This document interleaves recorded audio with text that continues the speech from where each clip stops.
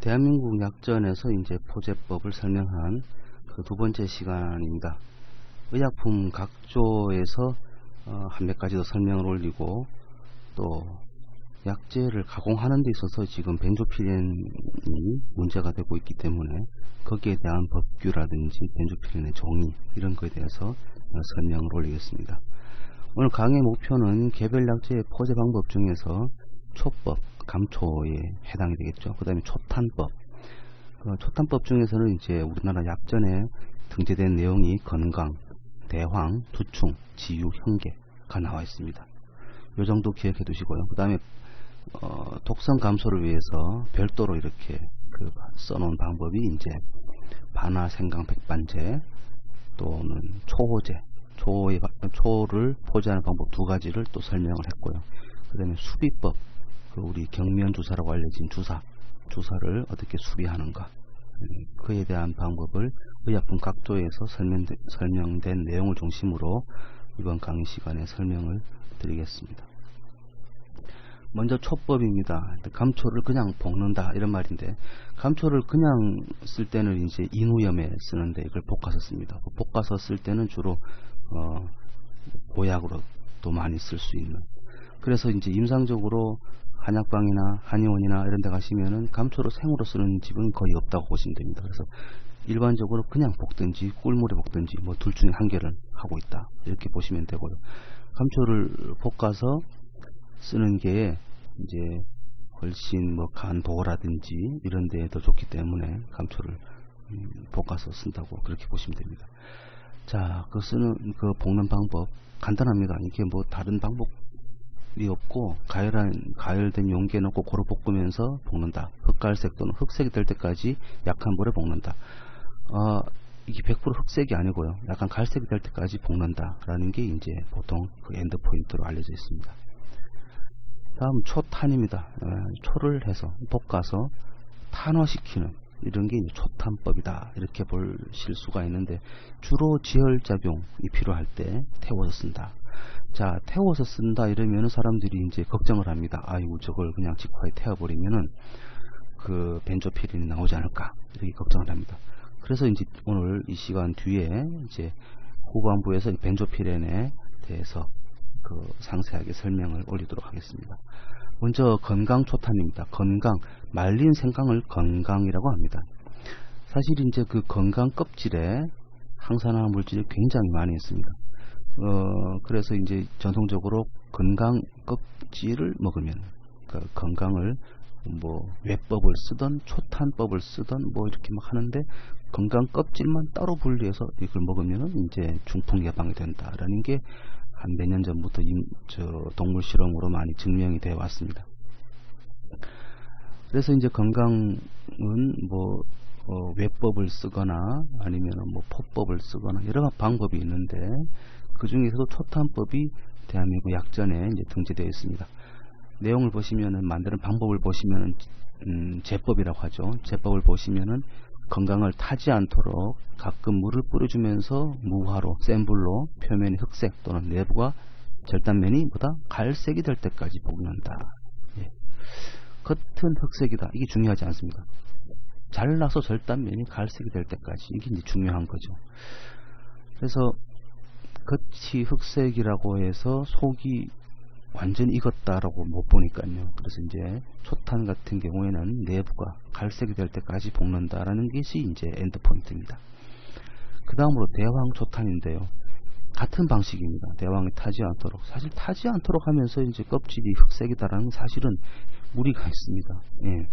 껍데가 있는 말인데, 이제 그렇다고 이제 방심하면서 태우지는 말라는 거죠. 그래서 표면이 흑색, 내부가 갈색이 될 때까지 볶는다. 그런데 너무 타지 않도록 하는 것은 이제 물로써 컨트롤을 한다. 그렇게 보시면 됩니다. 대황초탄도 역시 지혈에 많이 사용하고 있습니다. 주로 이제 이럴 경우에는 초탄에 딱 되어버리면은 어떨 때 쓰냐면은 뭐 치질 같은 경우 대황초탄을 뭐 외용을 하든 먹든 이런 용도로 초탄을 해서 지혈의 양리작용을 증강시키기 위한 그런 방법이다 라고 보시면 되겠습니다. 두충초탄입니다. 두충이 워낙 지난 시간 말씀드린 대로 그 고무질 같은 그런 이제 흰색의 실들이 워낙 많습니다. 그것 때문에 이제 약의 적정한 용출이 안 되기 때문에 그 실을 끊어내자라는 차원에서 태웁니다. 태우면은 실도 끊어지고 약재도 타는 거죠. 예. 그래서 이제 그 두충 초탄을 시키는데요. 역시 마찬가지 내부가 갈색이 될 때까지 가열한다. 이게 더 중요하다 이런 말입니다. 다음으로 있는 지유초탄, 지유라는 것은 이제 전통적으로 지혈약으로 많이 써왔습니다.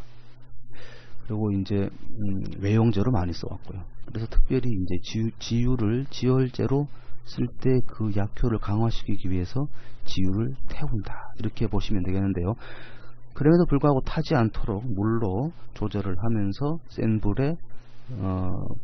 불에서 이제 볶아준다, 태운다 이런 말이죠. 역시 내부가 절단면이 황갈색이 될 때까지 볶은 다음에 건조한다 이렇게 보시면 되겠습니다.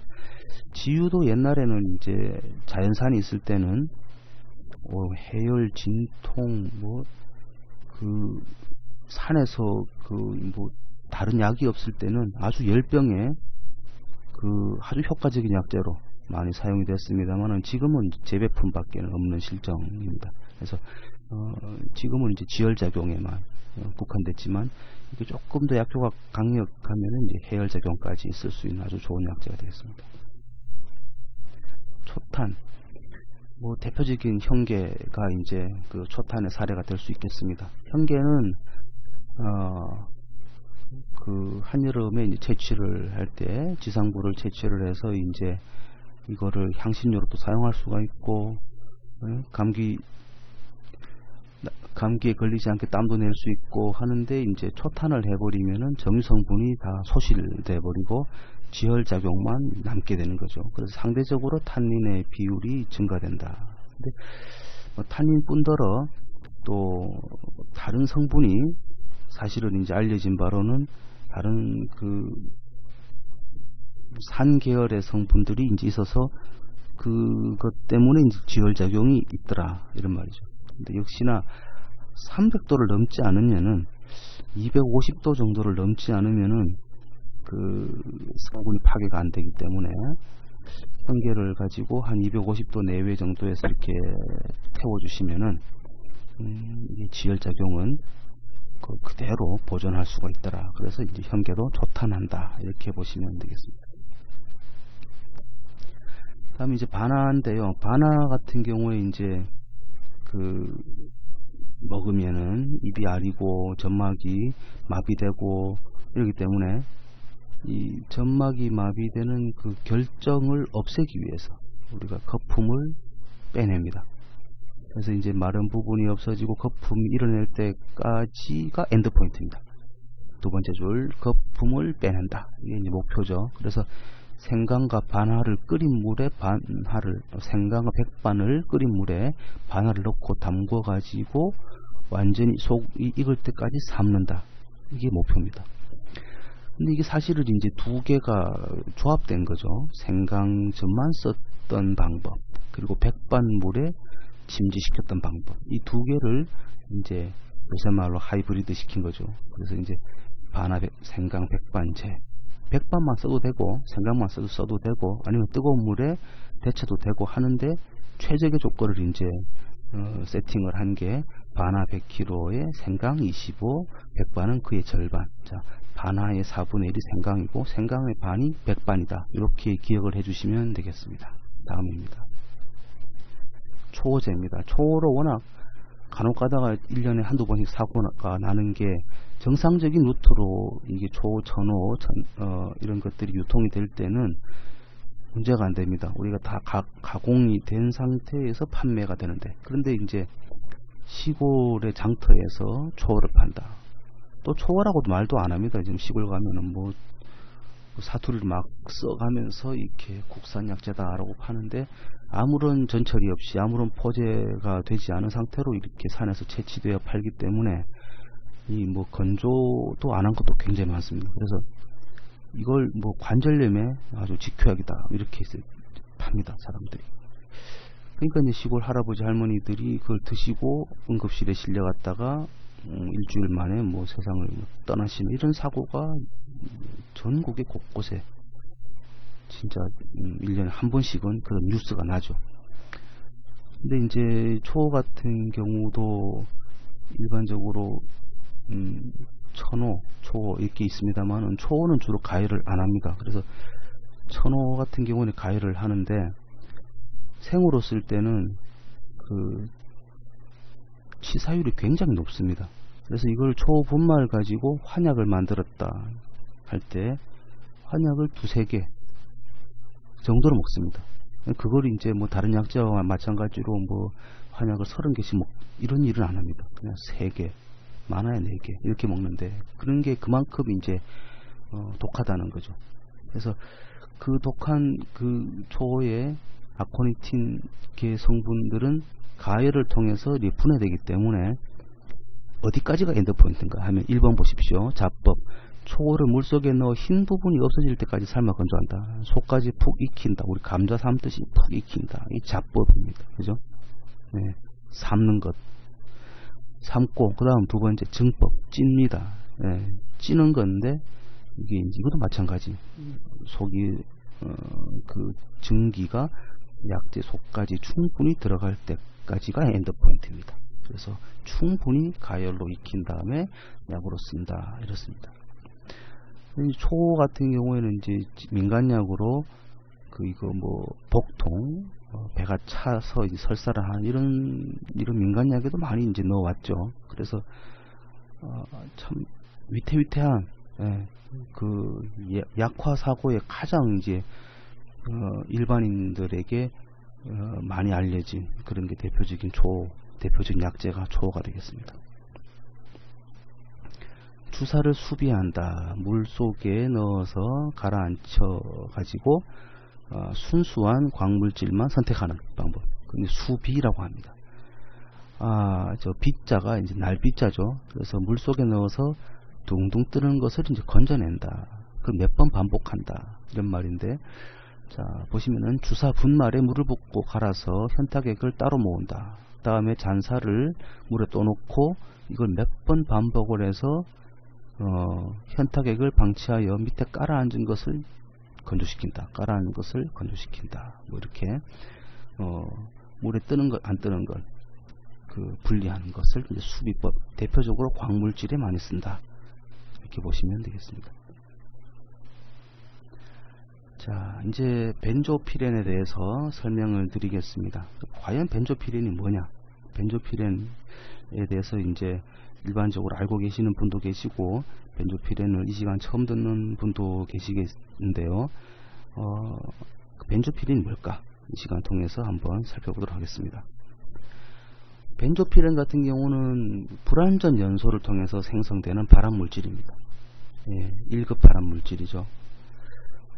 벤조아피렌 또는 벤조피렌이라고 하는데 300도에서 600도 정도 가열을 통해서 불완전 연소로 생기는 발암물질, 이렇게 보시면 됩니다.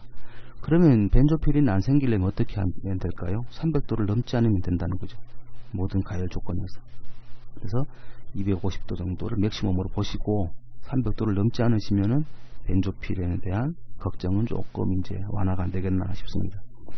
환경오염으로 농산물, 어패류 등의 조리 또는 가공하지 않은 식품에도 존재한다. 이게 무서운 말인데, 일반적으로 보면은 가열하지 않은 식품에는 안 생겨야 되는데 환경오염을 통해서 이런 농산물에 축적된 것도 있다. 이제 그 버스의 매연이 약재에 올라와 있다. 이러면은 벤조피렌이 검출됩니다. 그래서 환경오염을 통한 가공하지 않은 약재나 식품에서도 나올 수 있다는 점. 근데 만약에 가열을 한다면은 어디에 주로 많이 있느냐? 4번째 줄이죠. 훈제 공정을 통한 탄수화물, 단백질, 지질 등이 분해되어서 생성되기도 한다. 훈제, 이게 또 관건입니다. 그러면 이제 약재 중에 훈제하는 게 뭐 있냐? 우리가 청매실을 따서, 그 도리건 매실을 따서 연기에 훈증해서 만든 약재가 뭐죠? 거물 까마귀 오자, 매실 할 때 멸자, 뭐죠? 오매라고 하죠. 훈제한 유일한 약재가 되겠습니다. 이런 것은 그러면 어떻게 될까요? 예, 역시 벤조피렌을 검사를 할 수밖에 없는 거죠. 또 벤조피렌 같은 경우에는 이제 우리가 뭐 학교 앞이나 이런 데 보면 핫도그 파시는 분들, 핫도그 이렇게 막 그 기름, 튀기는 기름, 가열되는 이런 것들, 그런 연기에서도 이제 발암물질, 벤조피렌이죠. 고기 구울 때 나는 연기, 그 연기가 어떻게 될까요? 우리 뭐 석쇠에 굽는다 이러면은 그 연기가 고기에 바로 올라가죠. 고기에 접촉이 됩니다. 그죠? 접촉된 걸 먹으면은 그 벤조피렌 흡수하는 거죠. 그래서 이런 벤조피렌은 우리 몸에 들어왔을 때 어떻게 되느냐 하면은 내분비 장애 물질, 내분비계 장애 물질, 뭐다? 환경 호르몬이다 이렇게 보시면 되겠고요. 그 다음에 발암 물질, 폐암물 유발한다 이렇게 보실 수가 있습니다.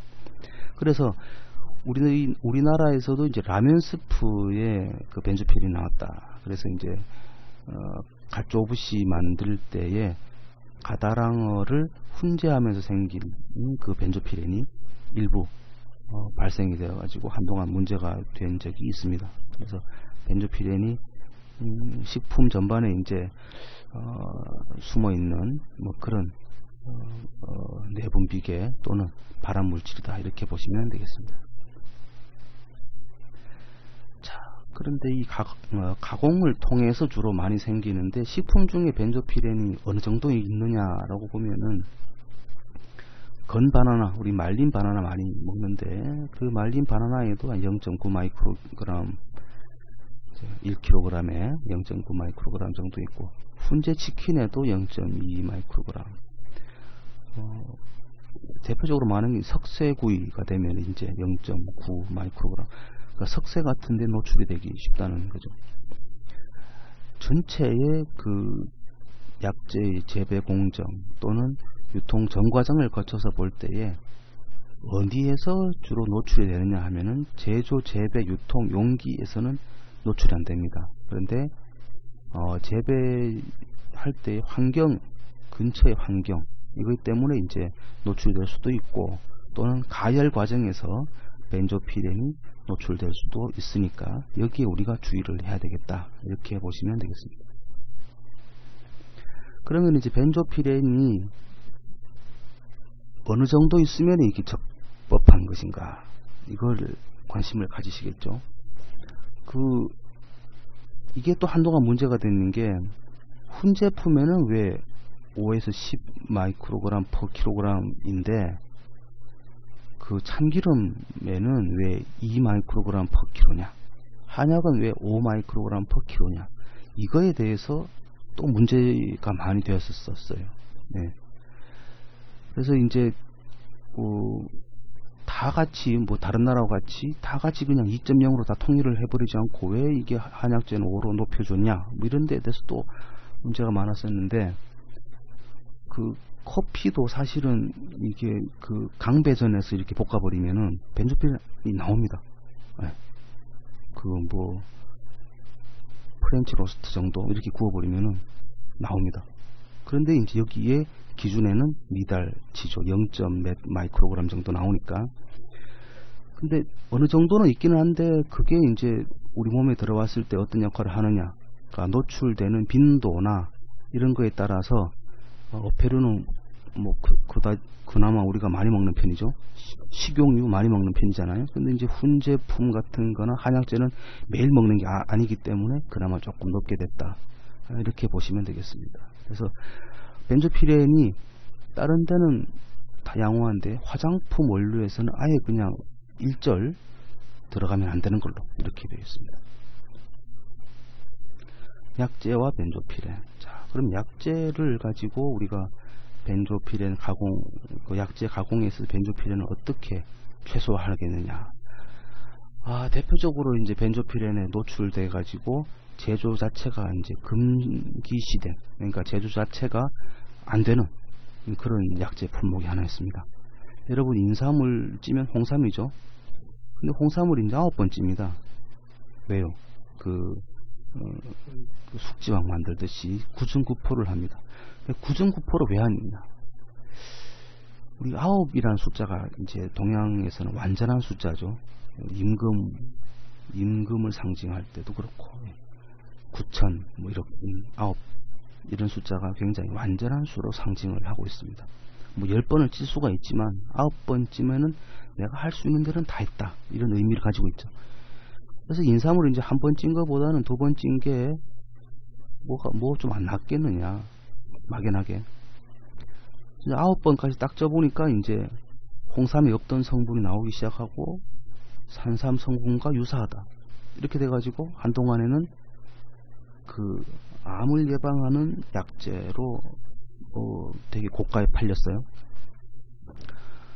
그리고 또 홍삼은 이제 우리가 지금 쪄서 파니까 중국에서 따라하고, 그래서 이제 흑삼을 가공을 해서 수출도 하겠다 이렇게 했는데, 문제는 여기서 발생합니다. 벤조피렌 때문에 이제 그 가공 공정 자체가 이제 전면 금지가 돼 버렸죠. 그래서 왜 이게 그 흑삼을 만들면서 벤조피렌이 생길까 연구를 해보니까, 너무 그 직화에 쪄야 되는데 직화에 노출이 된 몇몇 그 공정이 포함됐다라는 거죠. 그래서 그때에 이제 벤조피렌 노출이 많이 되었다 그렇게 보고 있습니다. 지금은 많은 그 공정을 개선을 해서 흑삼도 그 개선된 공정을 통한 그 흑삼은 지금 시중에 유통이 되고 있습니다만은, 한동안에는 이제 그 벤조피렌에 대해서 개념이 없을 때는 이제 유통도 아주 금지가 된 경우가 있습니다. 그만큼 이제 약재 포제에 있어서 벤조피렌은 중요한 그 품질 조건의 한계로 인식이 되고 있습니다. 첫 번째 줄 보실까요? 벤조피렌은 생약을 건조할 때 불에 직접 쬐거나 밀폐된 공간에서 고온을 가하는 경우 생성될 수 있다. 자, 그러면 적정한 온도가 과연 어느 정도냐 이런 거죠. 아까 말씀드린 대로 한 250도 내외 정도까지를 맥시멈으로 보자는 거죠. 그 다음에 건조할 때 주로 많이 생긴다. 저도 깜짝 놀라는 게, 전혀 가공하지 않은 약재에서도 벤조피렌이 검출이 되었어요. 왜 그러냐 보니까, 건조할 때에 건조기에서 60도 이상으로 건조가 딱 돼버리니까 직화가, 또 특히 직화로 할 때에 벤조피렌이 검출이 됩니다. 물론 그게 이제 문제가 될 만큼 되지는 않지만은 일부 소수의 벤조피렌이 나옵니다. 그런데 그 약재를 가지고 다시 물에 찌니까 벤조피렌이 감소가 되더라 이런 말이죠. 그래서 참 이게 직화가 가장 큰 문제구나. 또 그 가열을 할 때에 뜨거운 공기가 다시 배기가 돼야 되는데, 이게 적정하게 배기가 되지 않으면은 벤조피렌이 생성된다. 이런 것을 여기서 중요하게 말하고 있습니다. 생약 건조 시에 60도 이하에서 적정 온도에서 유지하고 온도를 가할 때 충분한 환기 배기가 되어야 한다. 이게 최종 연구의 결론입니다. 특히 과실 및 점유를 포함한 생약의 경우 건조가 잘 되지 않으므로 자꾸 이제 고온 하다 보니까 벤조피렌이 발생될 수 있더라 이런 말이겠죠. 그 관련 기준을 보시겠습니다. 우리 약재에서는 특히 지황과 숙지황에서 5 ppb, 5 마이크로그램 per 킬로그램 이라고 이제 규정이 되어 있습니다. 그런데 2009년에 이제 이게 식약청에서 딱 그 기준을 정했어요. 근데 2008년에 이제 시중에 유통되고 있는 63종의 그 한약재를 가지고 검사를 해보니까 이러한 약재가 14개 약재가 주로 검출이 되었다는 것입니다. 감국, 강황, 대황, 속단, 승마, 여정자, 영교, 오매, 아까 말씀드린 오매, 지황, 초과, 향부자, 현삼, 황금, 후박. 자, 감국 같은 경우 중국에서도 지역에 따라서 유황에 훈증하는 데가 있습니다. 그러니까 이제 날씨가 좋지 않은 지역 같은 경우 바로 건조가 잘 안 되니까 그렇게 이제 유황에 훈증을 하는 이러한 사례들, 그런 데서는 이제 약재의 벤조피렌도 같이 검출되는 이러한 예가 볼 수 있고, 그 다음에 지황, 지황도 찌고 말리기를 반복하다 보니까 이렇게 또 문제가 될 수도 있고, 현삼 같은 경우도 역시나 마찬가지로 찝니다. 그러니까 또 문제가 생길 수가 있더라. 이러한 약재를 좀 주의 깊게 관찰해 볼 필요가 있다, 이렇게 보시면 되고요. 그래서 아까 말씀드린 대로 2008년에 연구 결과를 보니까 그 제조 공정에서 배기를 잘 시켜서 그 가열된 공기가 잘 배출되게 해야 된다. 그리고 제조할 때에 200도 이상의 온도 또는 2시간 이상 가열하는 것을 지향을 하면은 그나마 벤조피렌의 노출을 방지할 수 있다라는 결론을 내리게 되었다, 이런 말입니다. 그래서 이제 커피 같은 경우는 한번 예를 보면은 그 직화로 커피를 볶는 이런 분들보다 요즘 이제 열풍으로 많이 하니까 그나마 벤조피렌이 적더라. 그러니까 훨씬 이제 열풍 방식으로 커피를 로스팅 하면은 쓴맛이 적게 나거든요. 역시나 벤조피렌도 적게 나옵니다. 그리고 이제 그 볶을 때 최대한 많이 봐줘도 300도, 아까 말씀드린 대로 한 250도 내외 정도를 해야 안 되겠냐. 그리고 직화로 건조하는 것, 약재를 직화로 건조하면은 안 되겠다. 그래서 이러한 조건을 잘 감안을 해 주시면은 벤조피렌 걱정 없이 약을 가열할 수 있지 않을까 생각이 됩니다. 수업을 마치도록 하겠습니다.